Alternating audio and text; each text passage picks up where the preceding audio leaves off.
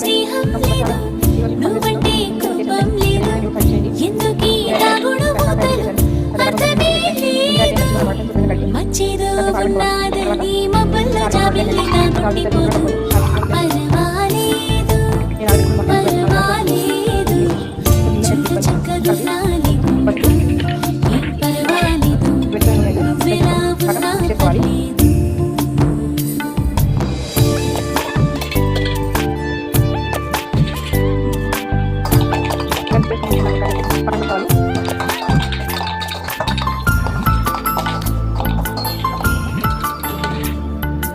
మనం చేసిన కష్టాలు కాబట్టి కష్టపప్పు అయితే వేసుకోవాలి. 4 కప్పుల మొత్తం తోటి ఒక కప్పు కష్టపప్పు అయితే తీసుకున్నాను.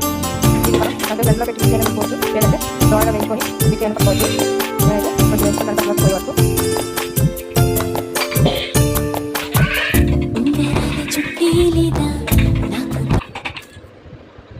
పెసరపప్పు అనేది ఈ కళ్ళలోకి చేంజ్ అయితే చాలు.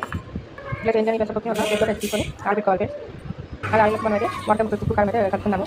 4 కప్పులు మొత్తం పెరిగి కాబట్టి దానికి 1 కప్పు కారం అయితే వేసుకుంటున్నాను.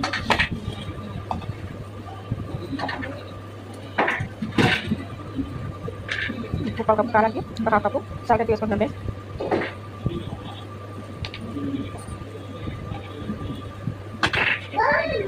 మనం ఏదైతే వేస్తే పక్కన పెట్టిన పెసరపప్పు దాన్ని మిక్సీ అయితే వేసి వేసుకోవాలి. ఈ మిక్సీ వేసుకున్న పెసరపప్పుని 4 కప్పులకి 1 కప్పు పెసరపప్పు అయితే వేసుకోవాలి, బాగా చేసుకోవాలి.